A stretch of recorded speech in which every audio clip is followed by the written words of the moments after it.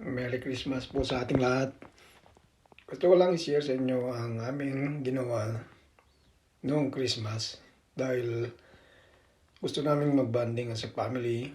Ito po ang pinuntahan namin, Bolirama, malapit sa aming bahay para hindi na kami mag-travel ng malayo. Nag-decide kami na mag-bowling noong Christmas Day, kaya ito ang pinuntahan namin. At gusto namin mag-bonding bilang pamilya. And marami pong tao doon na nagbabanding din.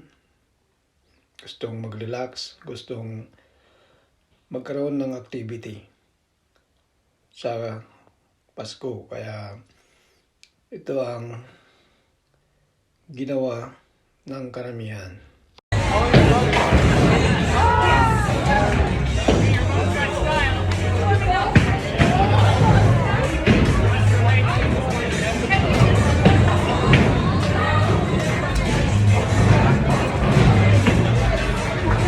You, Alex.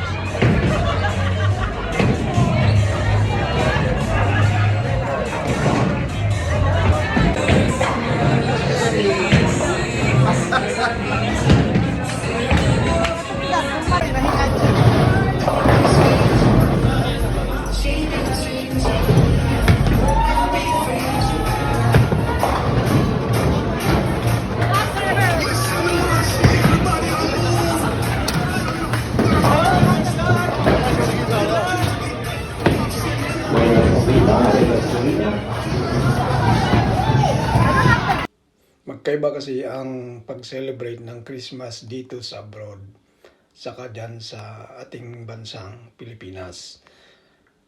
Mas maganda pa rin dyan dahil kasama mo ang buong pamilya, kamag-anak at mga kaibigan na magsaya at magdiwang sa araw ng Pasko at bisperas ng Pasko. So mas maraming pwedeng gawin dahil pwedeng magdiwang sa labas, mag-celebrate. Hindi tulad dito dahil malamig ang panahon, nag-i-snow.